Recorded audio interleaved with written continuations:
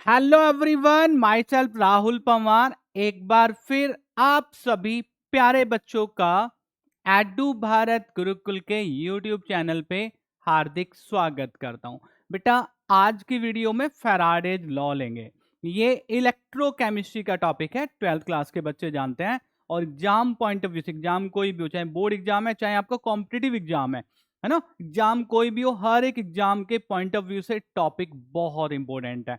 Theoretical portion नहीं है, लेकिन थ्योरी भी आनी चाहिए, यानी कि लॉ का स्टेटमेंट भी आना चाहिए, लॉ को समझ में आना चाहिए, उनके फॉर्मूले का डेरिवेशन आना चाहिए और उन पे फिर न्यूमेरिकल करना आना चाहिए। तो कंप्लीट जो फैराडेज लॉ की चीजें हैं वो सारा कॉन्सेप्ट यहां पे मैं आपसे क्लियर करूंगा। तो सबसे पहले आप ये समझो कि जो फैराडेज लॉ हैं वो यूज कहां किए जाते हैं। तो जैसे हमने यहां पे लिखा हुआ ना, फैराडेज लॉ ऑफ इलेक्ट्रोलिसिस। तो जब हम किसी सब्सटेंस का इलेक्ट्रोलिसिस करते हैं तो उस टाइम पे फैराडेज, माइकल फैराडे ने इसको स्टडी किया, तो फैराडेज लॉ वहां पे हमने पढ़ने होते हैं। अब इलेक्ट्रोलिसिस थोड़ा सा बता दूं मैं। इलेक्ट्रोलिसिस क्या होता है? जब भी किसी सब्सटेंस का एक्वस सॉल्यूशन हम बनाते हैं और वहां से करंट पास करते हैं, ठीक है। यानी कि जो हमारी नॉन स्पॉन्टेनियस रिएक्शन होते हैं ना, उनको प्रोसीड कराने के लिए हम क्या करते हैं, करंट पास करते हैं ना, उसी प्रोसेस को हम इलेक्ट्रोलिसिस कहते हैं और इसको कराया जाता है इलेक्ट्रोलिटिक सेल में। तो ये जो कॉन्सेप्ट है फैराडेज लॉ का, ये इलेक्ट्रोलिसिस के लिए पढ़ा जाता है। और अगर हम बात करें तो क्वांटिटेटिव एस्पेक्ट ऑफ इलेक्ट्रोलिसिस है, यानी कि हमने कितना इलेक्ट्रोलिसिस कराया और हमें कितना अमाउंट सब्सटेंस का मिला, जो सब्सटेंस हमें चाहिए, यानी कि रिएक्शन कितनी हुई, ये समझ सकते हैं। लेकिन यहां पे मैं बिल्कुल आसान भाषा में आपको फैराडेज के दोनों लॉ को समझाऊंगा। तो स्टार्ट करें। तो पहला लॉ है फैराडेज फर्स्ट लॉ, दूसरा लॉ होगा फैराडेज सेकंड लॉ। यानी कि फैराडे के दोनों लॉ को हमने फैराडेज फर्स्ट लॉ और दूसरे को फैराडेज सेकंड लॉ कहा। तो फैराडेज फर्स्ट लॉ की बात करें तो फैराडेज फर्स्ट लॉ में क्या करते हैं, हम इलेक्ट्रोलिसिस कराते हैं सब्सटेंस की। देखो यहां पे हमारे पास ये कंटेनर है, इलेक्ट्रोलिटिक सेल बनाना है हमने फाइनली, और यहां पे हमने ये लगा दे, देखो दो इलेक्ट्रोड, ठीक है। इनमें से एक हो जाएगा एनोड, एक हो जाएगा कैथोड, ये बैटरी पे डिपेंड करेगा। तो हम ये इस कंटेनर के अंदर क्या करते हैं बेटा, कॉपर सल्फेट का सॉल्यूशन फिल कर लें, है ना। सिल्वर नाइट्रेट का सॉल्यूशन फिल कर सकते हैं, सल्फ्यूरिक एसिड फिल कर सकते हैं, जिस सब्सटेंस का भी NaCl का एक्वस सॉल्यूशन फिल कर सकते हैं, NaCl मोल्टन स्टेट में फिल कर सकते हैं। यहां हमने कॉपर सल्फेट का एक्वस सॉल्यूशन फिल कर लिया है, यानी कि हम कॉपर सल्फेट का इलेक्ट्रोलिसिस करा रहे हैं। और फैराडेज फर्स्ट लॉ देखेंगे, और यहां पे हमने इसको कर दिया बैटरी से कनेक्ट, ठीक है बेटा। तो इस तरह का ये सेटअप है। अब क्या होगा, जब स्विच ऑन करेंगे यानी कि करंट पास करेंगे, तो यहां पे इलेक्ट्रोलिसिस स्टार्ट हो जाएगा। यहां क्या प्रेजेंट है बेटा, कॉपर आयन प्रेजेंट है, सल्फेट आयन प्रेजेंट है। तो जो कैथोड है आपका, उस कैथोड पे जो रिएक्शन होगी वो रिएक्शन ये होगी, Cu2 प्लस 2 इलेक्ट्रॉन्स, और आपको क्या मिलेगा, कॉपर मिलेगा। यानी कि यहां पे ये जो इलेक्ट्रोड है आपका, ये तो एनोड होगा बेटा, ठीक है, पॉजिटिव इलेक्ट्रोड। और ये आपका होगा यहां पे कैथोड, ठीक है जी, नेगेटिव इलेक्ट्रोड। तो कॉपर आयन कहां जाएगा, कैथोड की तरफ जाएगा, कैथोड पे डिस्चार्ज होगा। तो कॉपर आयन कॉपर में कन्वर्ट होगा, यानी कि इस इलेक्ट्रोड पे आपका कॉपर डिपॉजिट होना शुरू हो जाएगा। मुद्दे की बात यह है कि कितना कॉपर डिपॉजिट होगा, और यही फैराडेज फर्स्ट लॉ है। जितना करंट पास करेंगे उतना कॉपर इस इलेक्ट्रोड के ऊपर डिपॉजिट हो जाएगा, ठीक है।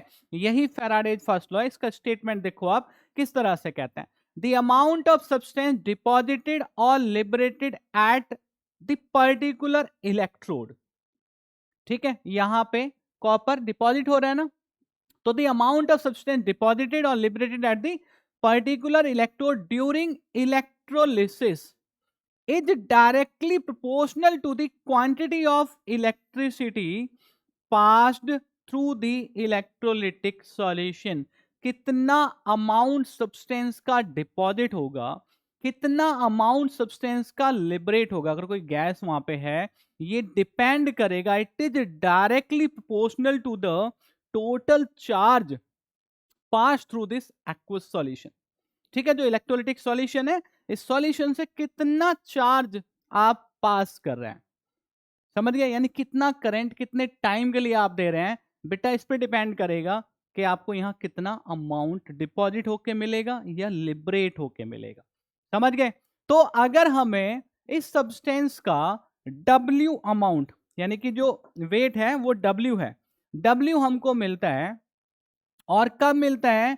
जब हम Q चार्ज पास करते हैं। समझ लो आप बात को ध्यान से, Q चार्ज हमने पास किया और W ग्राम जो सब्सटेंस है वो हमको डिपॉजिट होके मिला, लिबरेट होके मिला।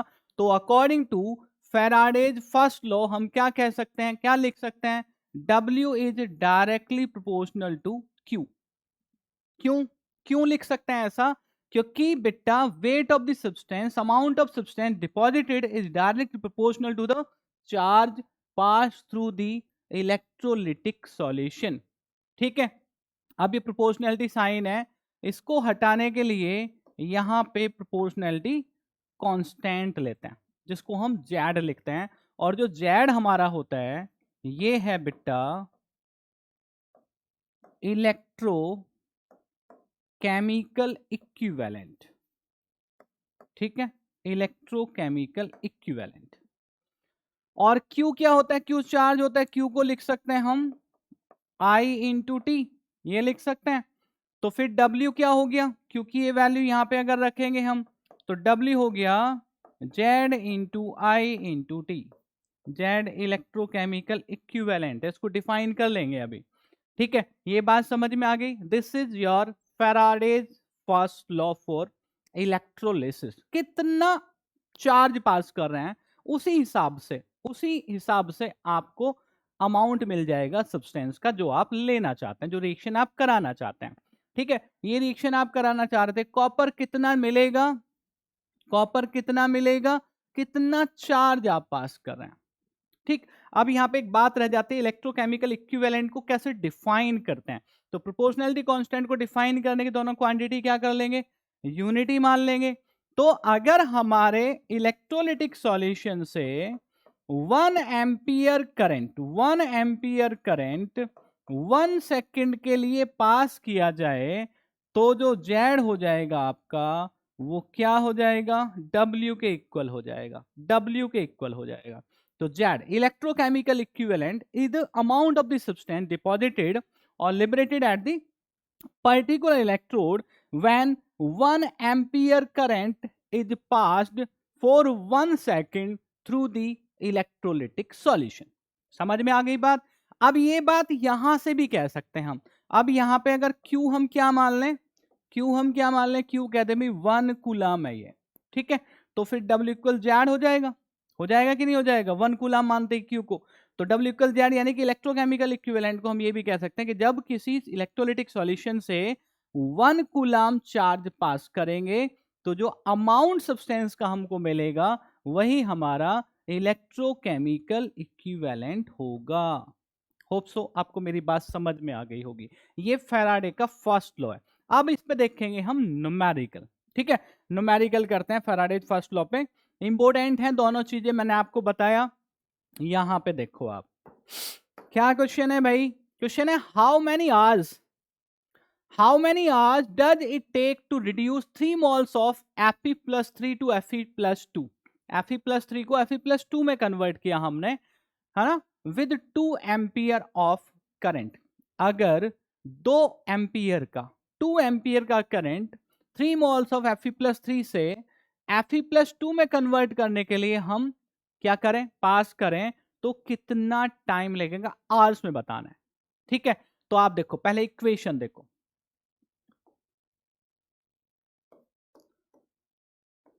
देखो Fe+3 है ना, Fe3+ किस में कन्वर्ट हो रहा है, Fe2+ में कन्वर्ट हो रहा है। Fe3+ से Fe2+ बनाने के लिए इलेक्ट्रॉन कितने चाहिए, 1 मोल ऑफ इलेक्ट्रॉन चाहिए। अब यहां पे Fe3+ कितना है, 1 मोल है।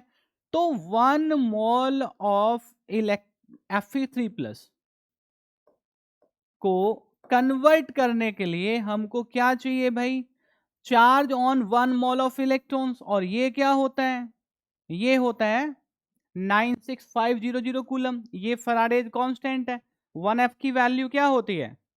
1F की वैल्यू क्या होती है? 1F की वैल्यू होती है, 1F का मतलब होता है charge of 1 mole of electrons, और ये कितना होता है भाई? 96500 कूलम। ठीक है, ये 1 मोल Fe3+ के लिए है, लेकिन हमसे पूछा 3 मोल्स के लिए है। तो 3 मोल्स ऑफ Fe3+ के लिए क्या होगा भाई? ये हो जाएगा 3 इंटू 96500 कूलम। समझ गए? बात समझ में आ गई? अब हमसे कहा कि 2 एम्पियर करंट हमने पास किया यहां से, तो ये तो हो गया चार्ज, ये वैल्यू होगी Q की। ठीक है जी, Q हो गया आपका 3 इंटू 96500, और 2 एम्पियर करंट, यानी कि I की वैल्यू क्या आ गई आपकी? 2 एम्पियर। टाइम पूछा आपसे, फॉर्मूला क्या है? Q इक्वल्स होता है I इंटू टी। अभी मैंने बताया था आपको, Q equals I into T. ठीक, T पूछा ना, तो T equals Q by I। ठीक है जी, और Q बाय I, Q कितना है? 3 इंटू 96500 डिवाइडेड बाय 2। तो जब बेटा इसको सॉल्व करेंगे तो ये आएगा, मैंने सॉल्व करके रखा हुआ है 144750, 144750 सेकेंड। और जब इसको आवर्स में कन्वर्ट करेंगे तो 3600 से 3600 से डिवाइड करेंगे, और डिवाइड करने पे आएगा 40.21 आवर्स। ठीक है, इसका मतलब ये हुआ कि 3 मोल्स Fe3+ को Fe2+ में कन्वर्ट करने के लिए अगर हम 2 एम्पियर करंट पास करते हैं तो इतने टाइम हमने 40.21 आवर्स हमने वो करंट पास करना होगा, तब ये प्रोसेस कंप्लीट होगा। ठीक है, बात समझ में आ गई? तो ये फैराडेज फर्स्ट लॉ हो गया। फैराडेज फर्स्ट लॉ पे आपका एक न्यूमेरिकल भी हो गया। आगे बढ़े सेकेंड लॉ की तरफ, फैराडेज सेकेंड लॉ। अब फैराडेज सेकेंड लॉ में क्या करना है, ध्यान देना आप। देखो, फैराडेज फर्स्ट लॉ में एक इलेक्ट्रोलिटिक सेल है आपके पास, फैराडेज सेकेंड लॉ में आपके पास 2 3 4 इलेक्ट्रोलिटिक सेल है, और उनको आपने सीरीज में कनेक्ट किया है। ठीक है, हर एक इलेक्ट्रोलिटिक सॉल्यूशन से same amount of electricity, same amount of charge आपको पास करना है, ये डिफरेंस है दोनों में। ठीक है, अब देखो आप, यहां पे मैं 2 इलेक्ट्रोलिटिक सेल ले लेता हूं, ये। ठीक है, और इन दोनों को हम सीरीज में कनेक्ट करेंगे। ये मैंने लगा दी यहां इलेक्ट्रोड भाई। ठीक है जी, ये कनेक्ट कर दिया, और बैटरी से कनेक्ट करना है तो ये बैटरी लगा दी भाई, ये। ठीक है, और ये पहला वाला जो इलेक्ट्रोलिटिक सेल है, इसके अंदर आप फिल कर दो, कौन सा सॉल्यूशन फिल करोगे? चलो सिल्वर नाइट्रेट ले लेते हैं, सिल्वर नाइट्रेट का एक्वस सॉल्यूशन लिया। और दूसरा जो कंटेनर है, इसमें आपने ले लिया कॉपर सल्फेट का सॉल्यूशन। ठीक है, तो ये जो इलेक्ट्रोड है, इसको मैं दूसरे कलर से बना दूं। ये जो इलेक्ट्रोड है, ये वाला, ये कैथोड होगा, है ना? ये इलेक्ट्रोड, ये कैथोड होगा। तो इस पर डिपॉजिट होगा सिल्वर। ठीक है, Ag+ Ag में कन्वर्ट होगा, और यहां डिपॉजिट होगा कॉपर। समझ गए? ये बना हुआ नहीं है इसका, ये मैंने लिखा डिपॉजिट होने वाला सब्सटेंस। प्रोसेस देख लो आप, पहले वाले कंटेनर में Ag+ Ag में कन्वर्ट होगा, क्योंकि यहाँ AgNO3 Ag+ की फॉर्म में प्रेजेंट रहेगा। ठीक, तो ये पहले वाले कंटेनर की कहानी है। Cu2+ दूसरे कंटेनर की बात करें तो यहां पे Cu हमको मिलेगा। ठीक है जी, ये तो दोनों कंटेनर में, दोनों इलेक्ट्रोलिटिक सेल में डिफरेंट इलेक्ट्रोलिटिक सॉल्यूशंस हैं। फर्स्ट लॉ सेकंड लॉ फर्क भी समझ लो, है ना। Electrolytic solutions, different electrolytic solutions present हैं, लेकिन एक ही सोर्स है ना इलेक्ट्रिसिटी का, तो same amount of current is passing through these electrolytic solutions which are connected in series. समझ गए? तो तब क्या होगा, तब आया हमारा फैराडेज सेकंड लॉ। अब फैराडेज सेकंड लॉ क्या कहता है? ये कहता है कि जो वेट ऑफ सब्सटेंस है, देखो सिल्वर और कॉपर दोनों के लिए बात करूंगा, weight of substance deposited is directly proportional to the equivalent weight of this particular substance and this is also true for copper. तो यहां पे ये भी कह सकते हैं हम, ठीक है ना।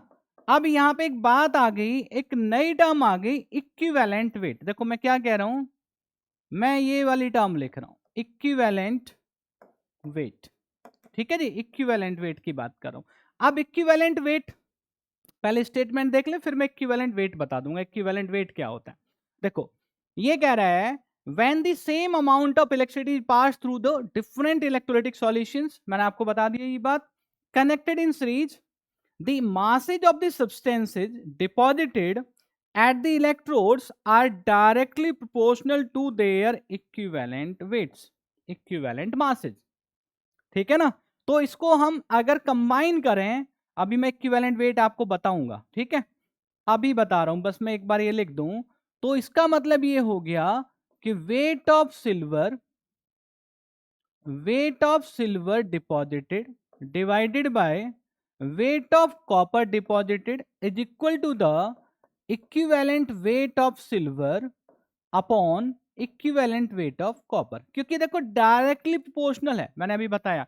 और यहां पे मैंने स्टेटमेंट भी पढ़ा है कि जो जब सेम अमाउंट ऑफ इलेक्ट्रिसिटी हम पास करते हैं इलेक्ट्रोलिटिक सॉल्यूशन से which are connected in series, the masses of the substances deposited at the electrodes are directly proportional to their equivalent masses, equivalent weights।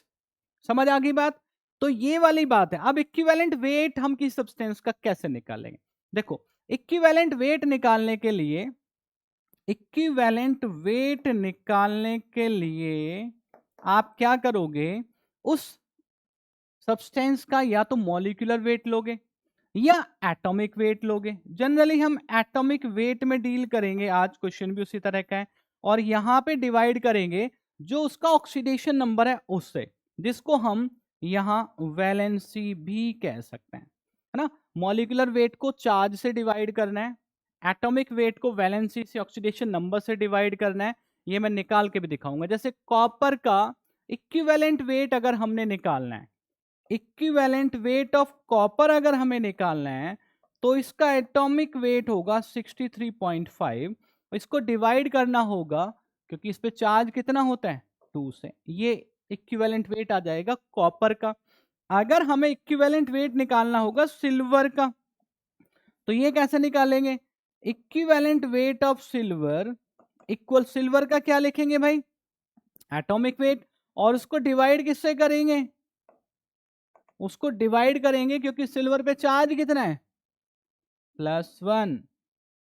ठीक है, तो इसका जो चार्ज होगा, यानी कि जो ऑक्सीडेशन नंबर होगा, उससे इसको डिवाइड कर देंगे। ये अभी मैं निकाल के दिखाऊंगा आपको, करेंगे हम। बात समझ में आ गई? तो कहने का मतलब ये है कि जब हम 2 या 3 या 4 इलेक्ट्रोलिटिक सॉल्यूशंस को सीरीज में कनेक्ट करते हैं and the same amount of current is pass through the solutions, तो जो अमाउंट ऑफ सब्सटेंस है, वेट ऑफ सब्सटेंस डिपॉजिटेड और liberated is directly proportional to its equivalent weight. ठीक है, ये मैंने यहां पे आपको फॉर्मूला लिख के भी दिखाया। अभी रही सही बात, थोड़ी बहुत अगर रह गई होगी, वैसे तो उम्मीद है कि यहां से आपको बात समझ में आ जाएगी, लेकिन जो मैं भी क्वेश्चन करवाऊंगा वहां से तो बात बिल्कुल आपको क्लियर हो जानी चाहिए।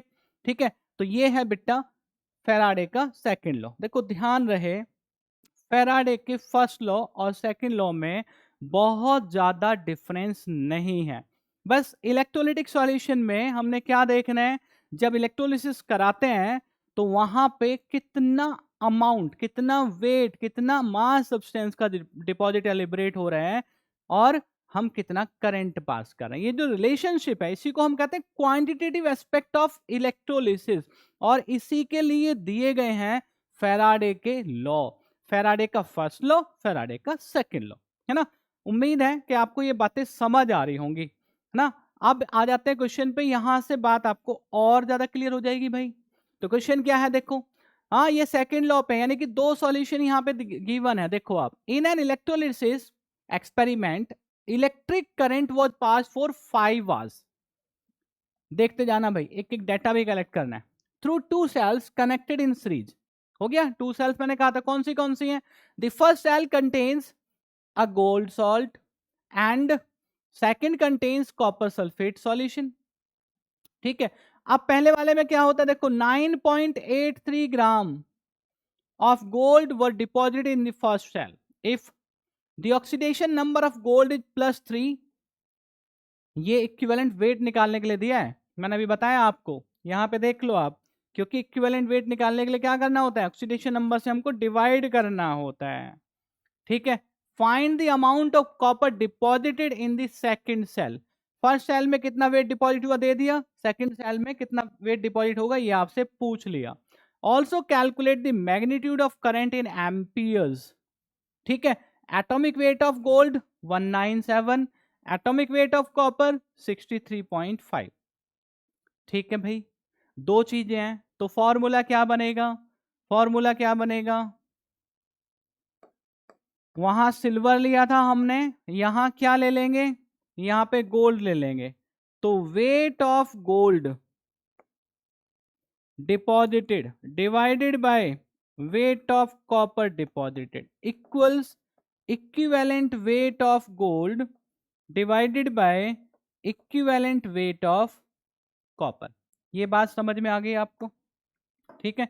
ये बात अभी मैंने समझाई थी आपको, ये सेकंड लॉ है कि जो वेट ऑफ सब्सटेंस है जितना वो डिपॉजिट होता है, it is directly proportional to the equivalent weight of the substance of that particular substance, ठीक है। अभी हमने क्या चाहिए, इक्विवेलेंट वेट ऑफ गोल्ड चाहिए, इक्विवेलेंट वेट ऑफ कॉपर चाहिए, ये निकाल लेते हैं। तो इक्विवेलेंट वेट ऑफ गोल्ड निकालने के लिए हम क्या करेंगे, इसका atomic weight 197 divided by its oxidation number given है, ये इक्विवेलेंट वेट आ गया गोल्ड का। आप इसको डिवाइड करके भी यूज कर सकते हैं। यहां पे इक्विवेलेंट वेट ऑफ कॉपर कितना, एटॉमिक वेट है भाई 63.5, है ना। ऑक्सीडेशन नंबर कितना होता है कॉपर का, +2, ये इक्विवेलेंट वेट आ गया कॉपर का, ठीक है। अब इस फॉर्मूले में रखना है, देखो वेट ऑफ गोल्ड आपको गिवन है, वेट ऑफ कॉपर आपको यहां पे कैलकुलेट करना है, यही आपसे पूछा गया। समझ गए जी, बात समझ में आ गई। वैल्यू सब्स्टिट्यूट कर दें, तो यहां पे जब वैल्यूज आप सब्स्टिट्यूट करेंगे तो आप देखो वेट ऑफ गोल्ड कितना है 9.83 divided by weight of copper equals equivalent weight of gold, ये है 197 divided by 3 divided by equivalent weight of copper, ये हो गया आपका 63.5 डिवाइडेड बाय 2, ठीक है जी।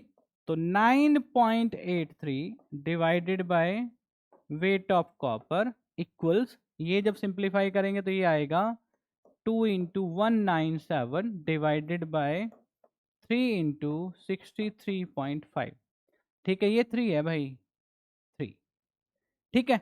अब सिंप्लीफाई करो, तो वेट ऑफ कॉपर अगर निकालना है, तो वेट ऑफ कॉपर निकालना होगा तो वेट ऑफ कॉपर को उधर ले जाओ, बाकी चीजें इधर उठा के लाओ, तो ये आएगा 9.83 into 3 into 63.5 divided by 2 into 197, जब इसको सिंप्लीफाई करेंगे, ठीक है।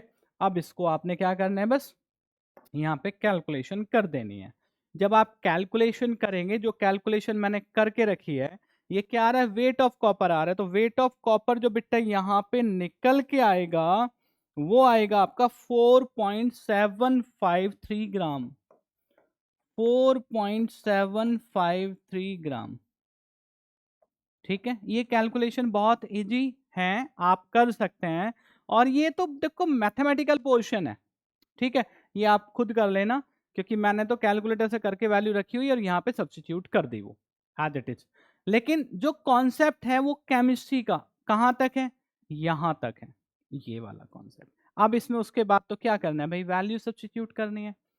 वैल्यू सब्स्टिट्यूट करनी है तो वैल्यू सब्स्टिट्यूट करने के बाद तो फिर मैथमेटिकल पोर्शन है, मैथ्स आपको आता ही है, मैथ्स आप कर लेंगे। तो ये मैंने यहाँ पे मैथ्स अपना नहीं दिखाया आपको, बस मैंने यहाँ पे कैलकुलेशन जो करी हुई थी वो वैल्यू जो आ रही है, जो आंसर आपका है, ये मैंने यहाँ पे रख दिया है। ठीक है, तो ये बेटा Faraday's first law, Faraday's second law, देखो कॉन्सेप्ट पूरा समझा दिया है ना, सारी चीजें बता दी आपको, फॉर्मूले कैसे बनते हैं वो बता दिए, और उसके बाद न्यूमेरिकल भी करा दिए। ठीक है, पढ़ के जाना, इंपॉर्टेंट टॉपिक है, बहुत बढ़िया टॉपिक है। ठीक है, फिर मिलते हैं नेक्स्ट वीडियो में। Thank you so much.